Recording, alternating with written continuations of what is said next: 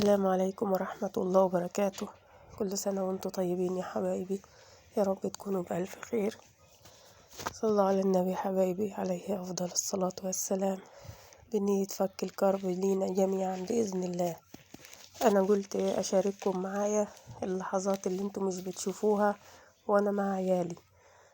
عندي ولدي الصغير في أولى ابتدائي، فيعني في المدرسة بيطلبوا منه أنشطة وكده، فهو يعني عشان لسه داخل المدرسة فما يعرفش حاجة، فبيجي لما المدرسين بتوعه بيطلبوا منه أنشطة رسومات، يعني ما تعيبوش على رسمي.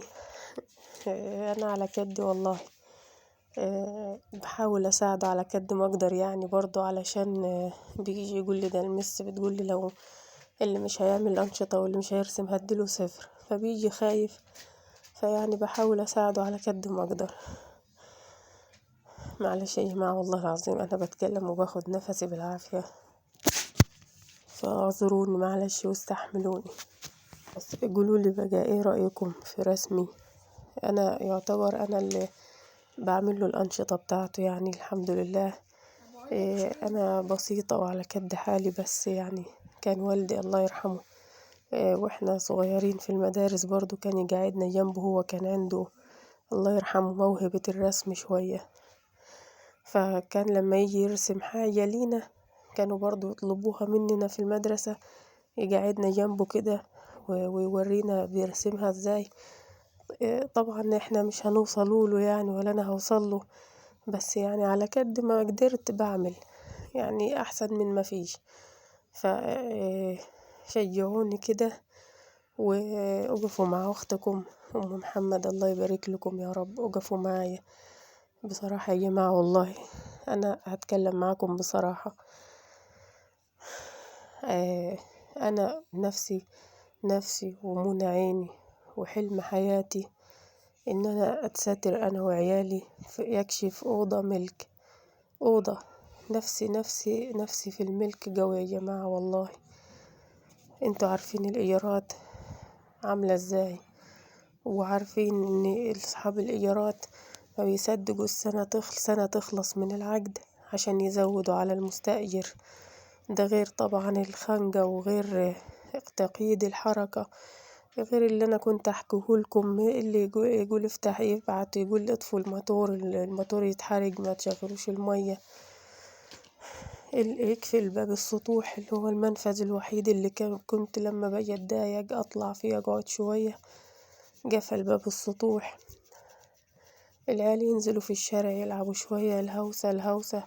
بصوا حاجات كتيرة انا برضه انا بحكي لكم منها، يعني حاجات بسيطة خالص. فبصراحة ده غير طبعا الشهر في ظهر الشهر، يعني الإيجار ده حاجة صعبة ربنا عالم. يعني الإيجارات ده هي تقيلة على قلبي ازاي، الواحد بيقول فلوس الإيجار ده هي أولى بيها العيل على أكله وشربه ومصاريفه. والله العظيم أنا في الدروس ال3 عيال المدرسين بعتين لي في وقت واحد، المدرسين بعتين لي على الواتس في وقت واحد يقولوا لي عايزين الشهرية بتاعة الدروس، احنا خلاص وصلنا آخر الشهر وما بعتيش حاجة. وقالوها صريحة للعيال في الدروس. ولدي الكبير اللي في إعدادي جاي يقول لي نبهوا علينا النهاردة في الدرس، قالوا اللي مش هيجيب الشهرية بكرة يوفر على نفسه الإحراج وما يجيش. فولدي والله يا جماعة قال لي لو ما عطتنيش الشهرية أنا مش هروح الدرس. أنا مش بحكي لكم كده عشان حاجة يا جماعة، والله أنا بفضفض معاكم بس.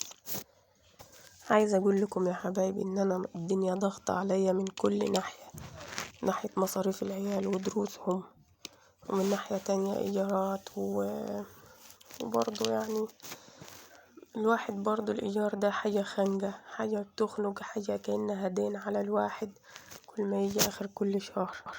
صدق المثل والله يا حبايبي اللي يقول متر ملك ولا فدان إيجار.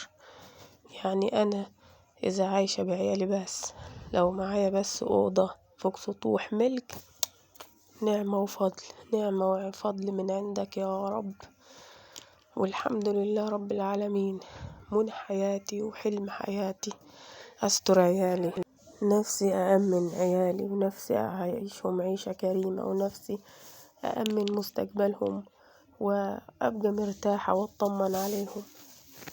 يا رب اكرمني يا رب وارزقني عشان خاطرهم هم بس. والله أنا بتعب وبشقى وبشرب المر وبشوف الذل من اللي يسوى واللي ما يسواش عشان خاطرهم هم، عشان خاطرهم هم. والله العظيم بستحمل بلاوي، والله العظيم بستحمل بلاوي من الناس برا، وبكتم في نفسي وبسكت وبقول أنا اللي كان أهلي وأبويا ما كانش محوجني ولا كنت أحتاج ولا حد كان يقول لي كلمة وحشة.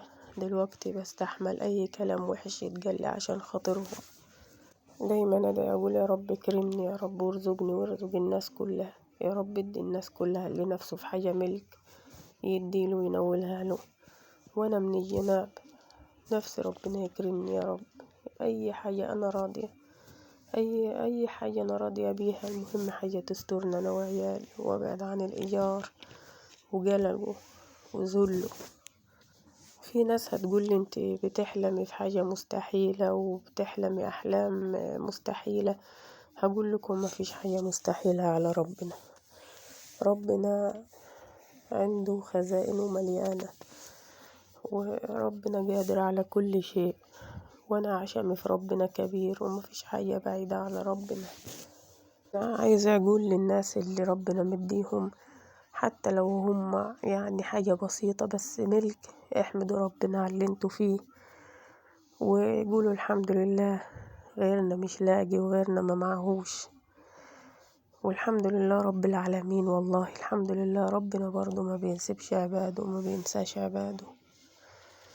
بس ما قلتوليش بقى ايه رأيكم في الرسومات اللي رسمتها لولدي؟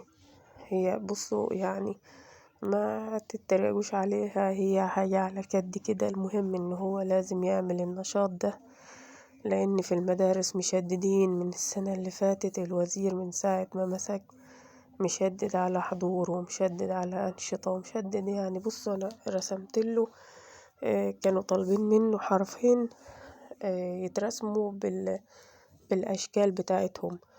فأنا